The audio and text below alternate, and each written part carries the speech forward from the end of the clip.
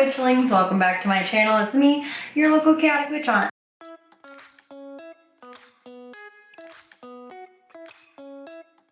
And today we are doing another revisited video because someone asked for it to come back, which I'm excited for. Today we are revisiting the basics of deity work. I have had a lot change in my deity work practice, so I'm really interested to see kind of how this is Webflow. I love paying myself. Hi witchlings, welcome back to my channel. I'm wearing my baby earrings, Jesus. I hope you guys are all having a fantastic day today. A few more announcements before we get started. We have new Patreon tiers coming out on Thursday, December. We have new Patreon benefits that are out now, including unfiltered chaotic witch hunt book reviews, book club, and there was one other. I think the book reviews and book club, and then there's one fucking other one that I'm forgetting, but November 10th. These Patreon tiers. And this highly requested video is on deity work. Okay, that was a weird place for me to put my intro. We're talking about deity work. Deity. Before we get into this, I want to give 3 disclaimers. 1, deity work is an intermediate to advanced practice. I don't know if I agree with that. I hope I give reasoning. do not recommend this if you are a beginner. The reason I don't recommend it if you are a beginner is because you should know at least the basics: protecting, cleansing, banishing. Okay. So the reason I disagree with this now is because there are entire religions founded on the basis of deity work or worshiping a deity or like devoting yourself to a deity, and there's no like protection or cleansing or anything like that involved. And I don't talk about work and not worship, but I still think that it doesn't really matter at this point. I mean, if you want to work with a deity and that's the first thing that you want to do, great. It is, you know, a foundation to paganism, not witchcraft. And I don't know if I separated like deity work as being a witch thing and deity worship as being a pagan thing, but technically anything you do with deities is going to fall under the realm of paganism, that umbrella term. So it doesn't really matter because historically pagans have done whatever the fuck and didn't really worry about knowing protection before they contacted a deity of their religion. They just went to the temple and made an offering. So I disagree with that sentiment now, but let's keep going. Before you even try to talk to a deity, if you're wondering how to speak to a deity or what's the best way to, hop on to my last video, which will be right up here, which is talking about tarot cards. Where is it? I talk about using tarot cards to commune with deities. Nice, okay. I just have given up on trying to talk to my deities. They talk to me when they feel like it. I send them a petition, a request, etc., and we go from there. The reason we say you need to know protection, banishing, cleansing, etc. is because if you don't have your space protected, don't know how to banish, you try to communicate with a deity, or you think there's a deity reaching out, and you basically don't have any protection up, and you don't really know how to tell the difference between a negative entity and a deity. Hold the horses, all right? I'm getting a headache watching this. I need to drink some water. There's a lot of UPG in this video, and I stated it like fact, which is I hate when people do, and I hate that my younger self did it. We need a peanut butter cup. Everyone, treat yourself to a snack before we continue here. What's your favorite candy? Mine is these bad boys.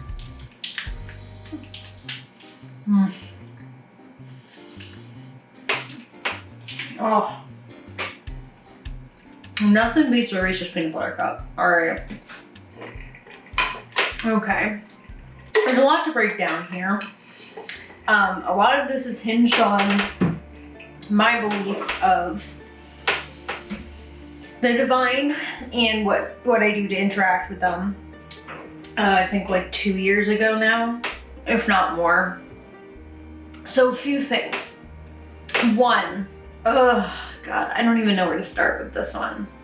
I don't think it's possible to get a divine entity like a deity and a negative entity confused. I think they give off very different vibes. And I don't think that you necessarily need a deity reaching out to you to start working with a deity. I think that in very specific situations, that deity will reach out to you, commune with you, etc.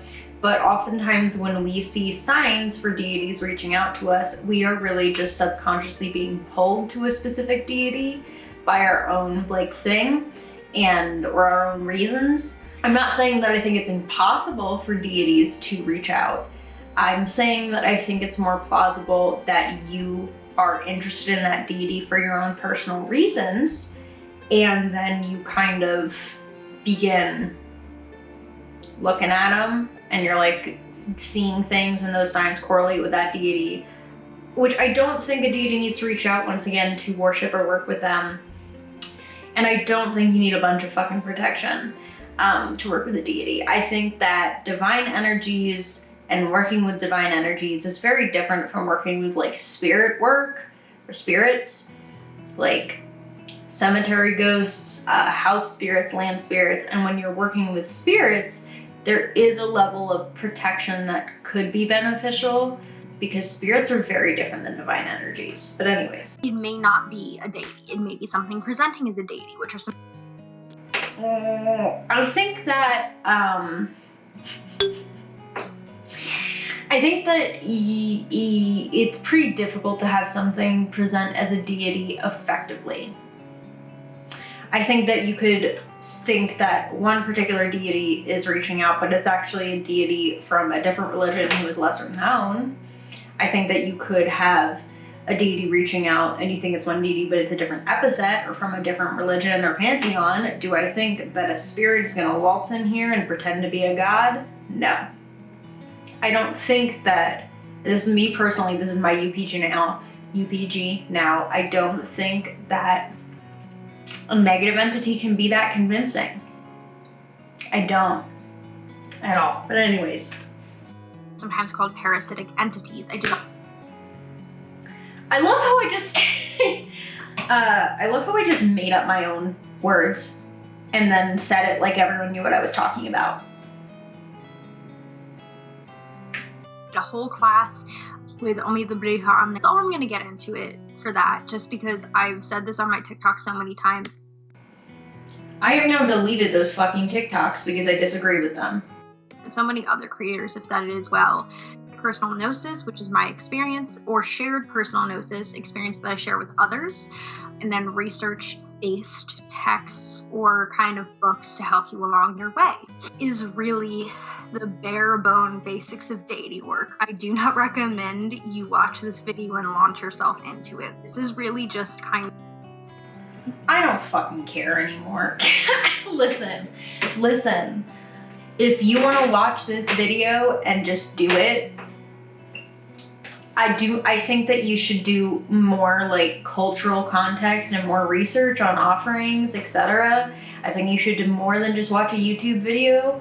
But if you see this video and you say, I'm definitely interested in working with this deity, and you want to set up a tiny little altar for them, okay, just make sure you don't take them out of their cultural context, do your research. To give you an understanding of what deity work isn't what it's like. So we're going to be talking about what is deity work. Like I said, it's a part of paganism, how to start working with a deity. Okay, so I didn't separate deity work from paganism, but I am saying that deity work needs a bunch of things like protection, etc., when historically, if we're working with a deity, we don't see that. So that doesn't make any sense to me, but okay. Start kind of moving in that direction, and my experience was working with deities. So, starting off, What is working with a deity? Working with a deity is different than worshiping with a deity, or worshiping a deity, or venerating or honoring a deity. Working with them, you are, learning things from them. You are getting guidance, protection from them. You are getting...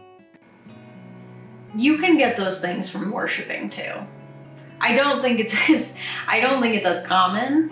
But the line between working and worshiping is so blurred to me now that I just basically being guided by them, a lot like a mentor-mentee relationship. I still think that there's a level of mentor-mentee that comes with deity work. You agree with that one part so far? It is very important to keep in mind that in a mentor-mentee relationship, there is still a level of respect that the mentee gives the mentor. You do not want to... I like the emphasis on respect. I think that it's important. I think that respect is important, although I do think that relationships between people who are devoted to a certain deity or working with a certain deity and that deity are going to completely differ. And that depends on culture, that depends on tradition, that depends on so many different things. And it's not really my business to tell you how to interact with the divine being. That's up to you. I would say maybe just don't go out of your way to disrespect another person's deity.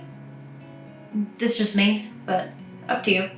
Go into this disrespectfully. You do not want to go into this thinking that they owe you something or that they're going to give you anything, or especially that they're going to treat you like any other mortal starting off. And so basically what that is boiled down to is don't act like you're special, I think is what I'm trying to say, which I get. When I say that, I say because I was upset once and I said something out loud and I almost messed up my relationship with... What the fuck am I talking about? Saying something out loud isn't gonna... Oh god, there's so much to unpack. I need a shot. Can someone bring me a shot? I need vodka. I'm about to start drinking. Do I have Everclear somewhere around here? Just knock that shit back. I'm sure that that is something that I thought happened. Do I think it actually happened? Maybe. I mean, what did I say? Like, did I tell someone to suck a dick? I think I may have said that I was ungrateful or something, which makes sense. But nowadays I quite literally tell Diana, curse at Diana most days and nothing happens. So maybe this was just a different deity work. I definitely had an interesting idea of what was going to make a deity upset.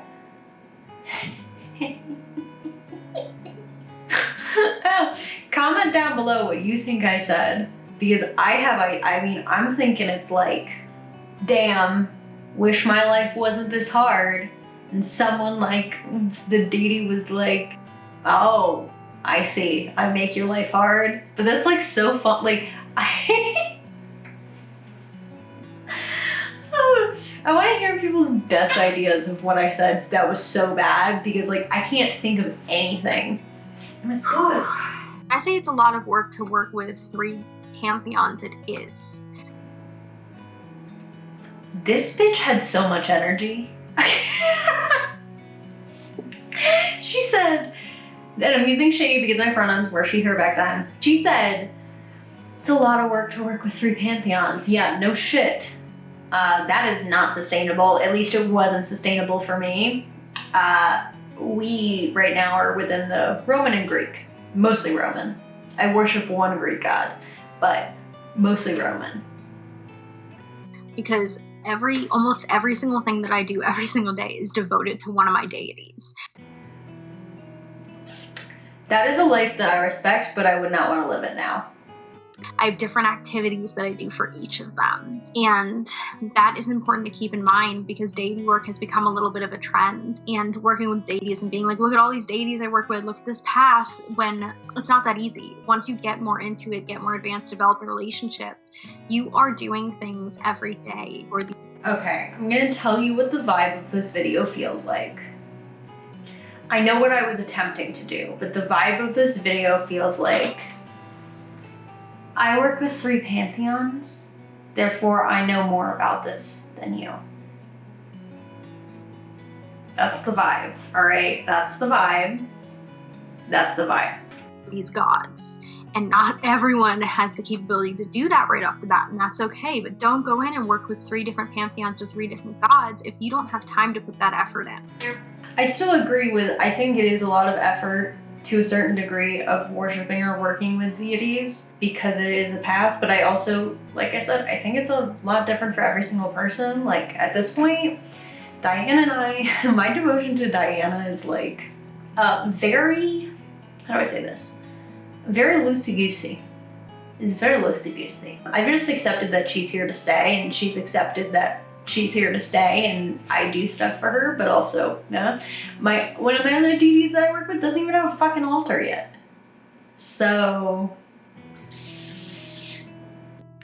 There are ways to do it where like these activities are things that I just dedicate to them, and it's like... I do think there are a lot of things you can dedicate to deities that are really simple and people don't think about, like a nap, cup of coffee, anything like that. Also, Diana's statue is like staring at me, which is, I know it's pointed that way, but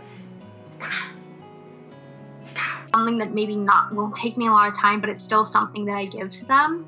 So it's really a mix of mindfulness, awareness, and, you know, dedication. A lot of people are like, well, how do I know if a sign's from a deity? My rule is if it happens 3 or more times, same thing, it's probably a sign from something. And just... I agree with that. 100%. I do think that 3 or more is my indicator. When I say sign, and I'll do a whole video on like what's a sign, what's not a sign. We did a whole podcast episode on Books and Broomsticks about this. But the thing is, like, signs are so personal that like I'm not gonna sit here and tell you that you need to see something 3 or more times. You know, like, and someone once said, like, I don't know, I don't usually say that animals just behaving as animals is a sign. However, you know, animals behaving strangely, animals appearing a bunch of times, those are things that I would usually consider signs. Like one time a deer walked right up to the front door at a retreat that I was at. That was a sign for me, and it lined up with starting my menstrual period and the full moon. So those are 3 things all lined up that was Diana being like, oh my God, I'm so glad you're here. How are you? You know, like there are things that, like that kind of stuff, crazy. But that's how I qualify what is a sign and what is not. And of course, I'm going off my own intuition and my own personal experiences. Like I know from experience, if I see 3 foxes in a row, it means bad news is coming. If I see 1, 2, 4, any other number, it's a good sign.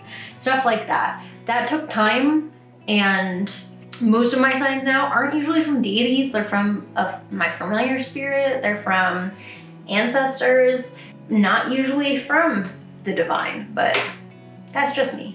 Just because it's a sign doesn't mean it's a sign from a deity. It could be a sign from your spirit guides. It could be a sign from the universe. I mean, that's a really good point. Keep going, Frankie. In general, it could just be a sign specific to you. I have certain animals that are messengers for me. They bring me news. When they show up, I know certain things, and that is different from when I get messages from my deities in which there are other specific things. A lot of this is experience. You will learn as you go, and it's okay to mess up. And needless to say, a deity is not going to leave if you forget an offering. They may get up. I feel like this is 100% true, but it goes against directly the experience I shared earlier in the video, which I was like, I said something out loud and almost fucked up a relationship with a deity. Like, it seems a little conflicting, in my opinion, but that's just me. It feels like I didn't quite have it all together here yet, which I know I didn't, but I really... Anyways. They're not going to leave if you just forget something once. If you are purposefully disrespectful or purposefully say something that is... Once again, it's not my business how you treat your deities, especially when we're looking at different cultures and religions and ideas.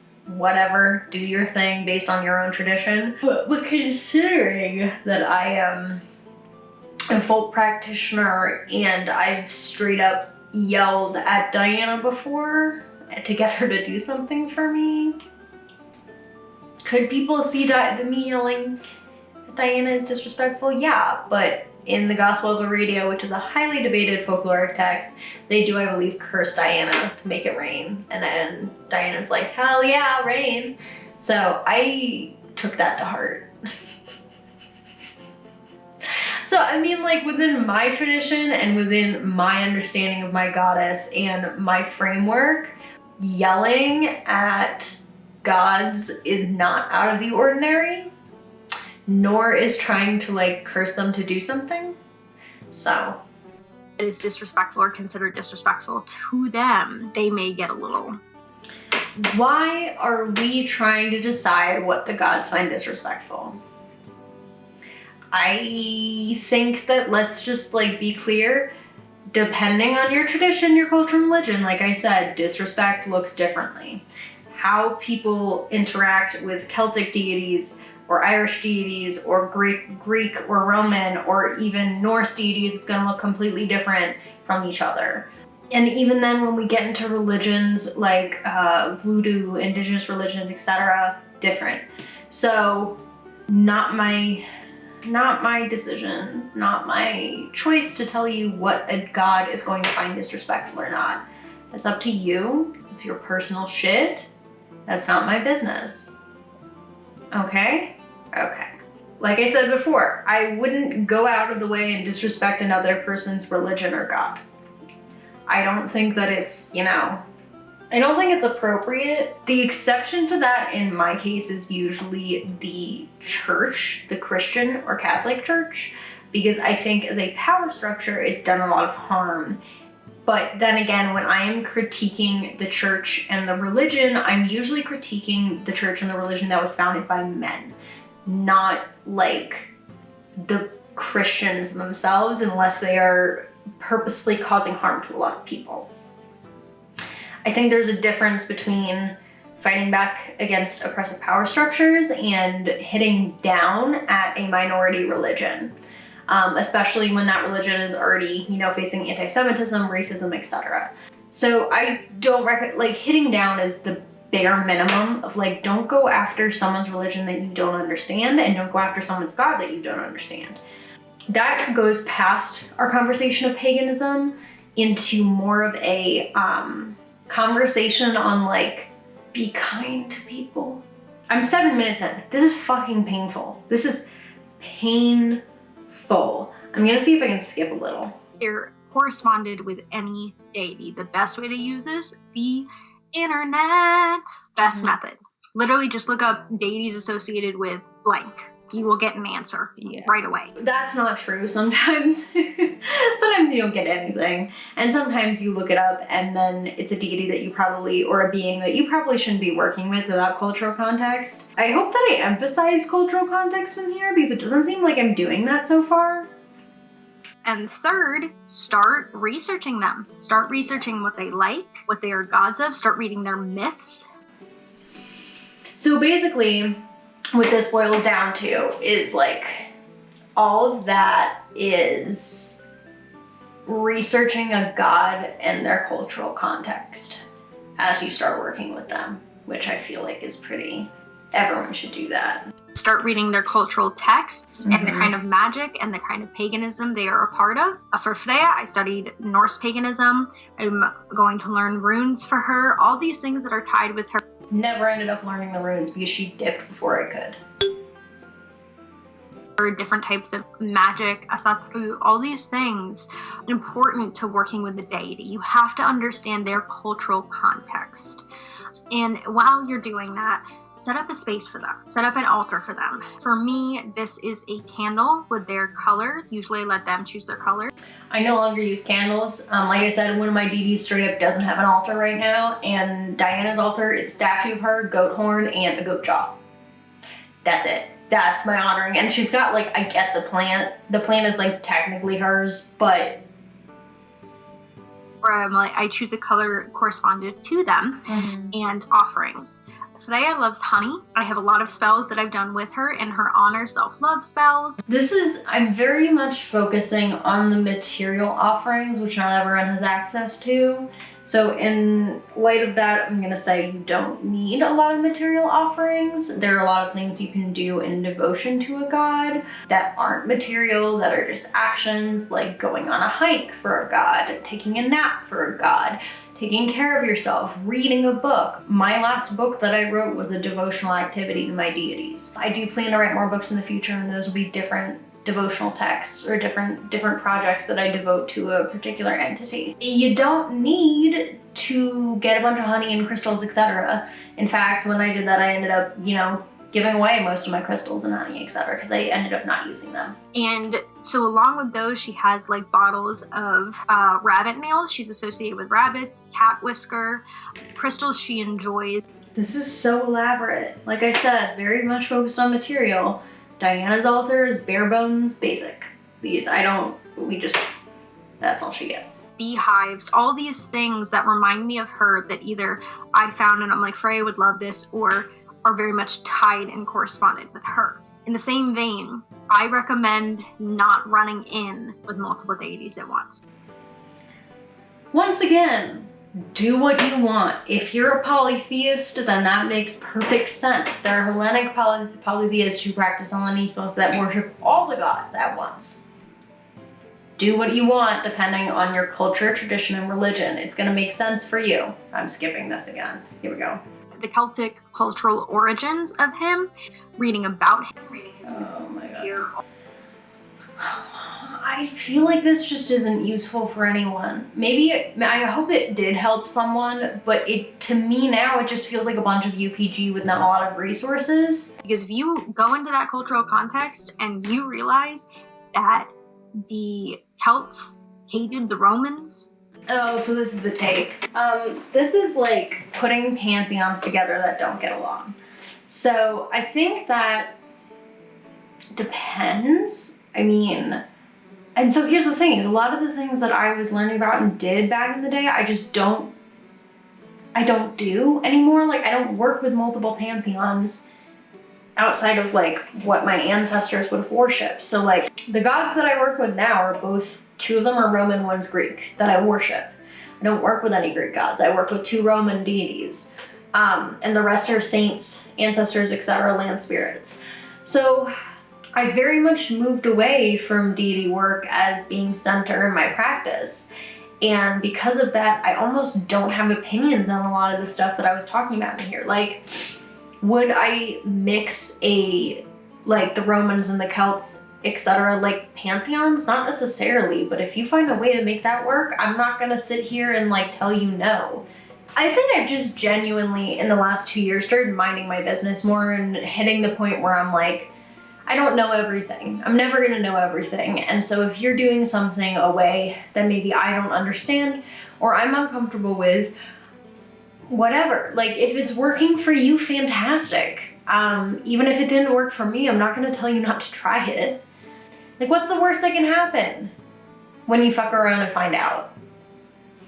God, me too, like, I think it's just hilarious because me 2 years ago, I would have like lost my shit if I found out that I was the fuck around and find out witch now. Cause I just don't, I had so much anxiety. All right, continuing. And the Romans hated the Celts. You don't want to pop in one day with a Roman deity and with your already present Celtic deity and be, hey, what's up? No, you will get smited, Sophia. I don't think you'll get smited. I think the worst that'll happen is it won't work. When's the last time someone has smited a god? Like, a god has come down and smited one of us, okay? That's all I'm saying. That's all I'm saying. When's the last time that we saw a good old smiting? All right? Bring back smiting, 2K22. That's a joke, sorry. Some people would argue that the Gaulish and the Celtic deities can work. Okay, fuck off. For them, it doesn't work for many people. In the same vein, Aphrodite and Persephone, there are mythos. I don't care. This is all UPG. This is all my opinion of what you shouldn't do. Why am I telling you to do what I think is wrong? I don't give a shit. Skipping. Who would rule what between Set and Horus? But she's also, that justice aspect is there. And I'm not even telling you what to start. I'm just telling you about the gods I work with. For me to establish a really strong relationship with my deities. It takes time to put that effort in and really, show that you're willing to put the work in for them to give to you and work with you. They are divine beings. They won't waste your time if they don't think that you're there for it. And then I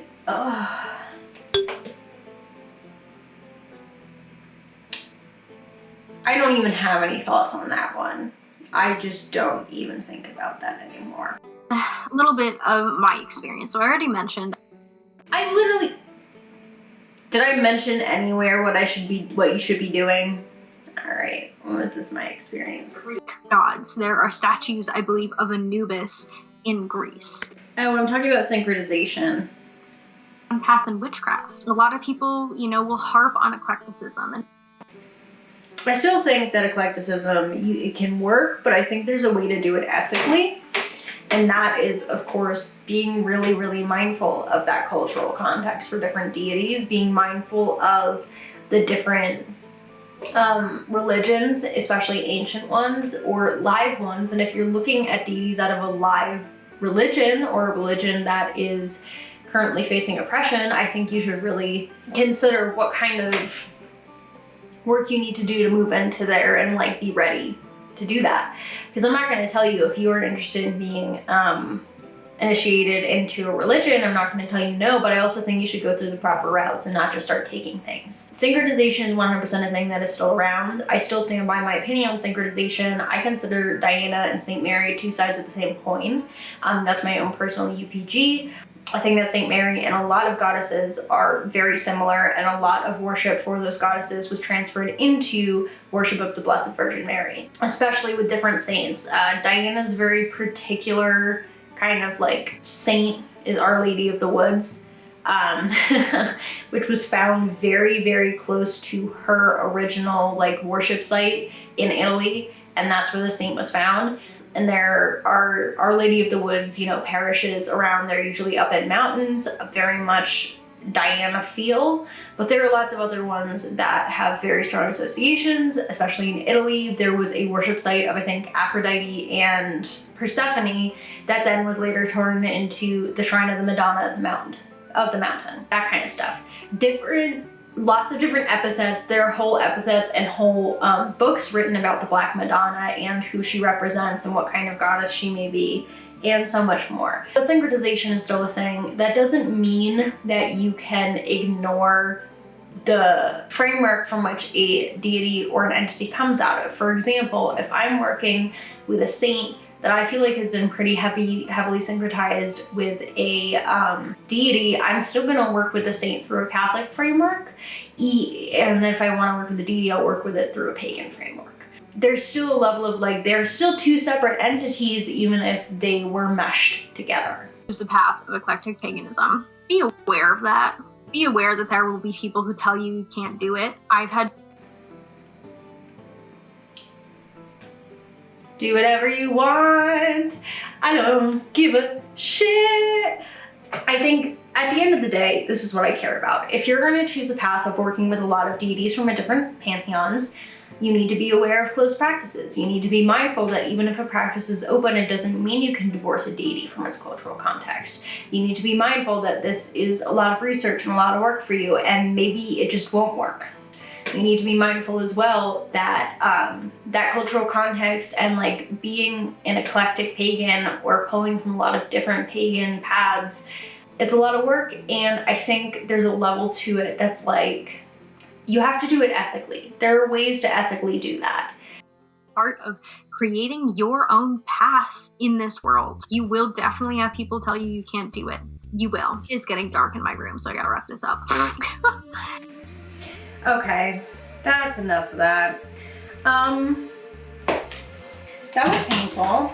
I do find it interesting that at the end of the video, I say that you want to show the deities that you care, not the people of that religion. I think that I've hit a point where I care more. I don't know where I am. My resources at the end of the video were pretty good. I do think that talking to practitioners of that religion is really important, especially like if you're looking to pull from many different pantheons. It's really important to be aware of every single pantheon. Starting deity work, just to kind of wrap up, I honestly think that looking at historical texts, myths, and practitioners that are fully within the religion is really important. I think that understanding cultural context is really important. I think that formulating a practice and a devotional practice, a worship practice, a working practice that works for you is important. This is your path, and as long as you're not actively harming anyone, you're not doing harmful things, it's not really my business how you do it. Yeah. That shit was painful. I'm not gonna lie, that shit was painful. That sucked. I didn't like watching that because my opinions have changed so much, and that video was so full of UPG and my opinions on how things should be done, when in reality that was one person's opinion in a sea of people who work with deities, or a sea of people from different pagan traditions. Furthermore, now I don't even consider myself a pagan anymore. I consider myself to be a folk practitioner, a folk witch. I still work with pagan deities, but I found that the term is just not one that I resonate with. I think I made a TikTok video about it that should still be up. If you want me to, talk more about that, talk about resources, etc. And for each of the deities that I've, worked with, I have talked about my experience with them or my experience working with them. I have a Diana epithets video, I have a working with Diana video, etc. I plan to hold a workshop about talking about working with Diana and her epithets eventually. And someone wanted a saint work video, which is in the works. There's some saint work, there's some glamour magic, all that good shit. Yeah, so the reason that I have to take breaks between revisiting series is because, this shit's painful. I could have just left it. I don't know. I could have just said, do these 3 things and then go from there. I need a shot. I'm gonna go take a shot. Thank you so much for watching. If you want, you can like, comment, subscribe, turn the bell on, but absolutely no pressure. I hope you have a great rest of your day. Sa benedica.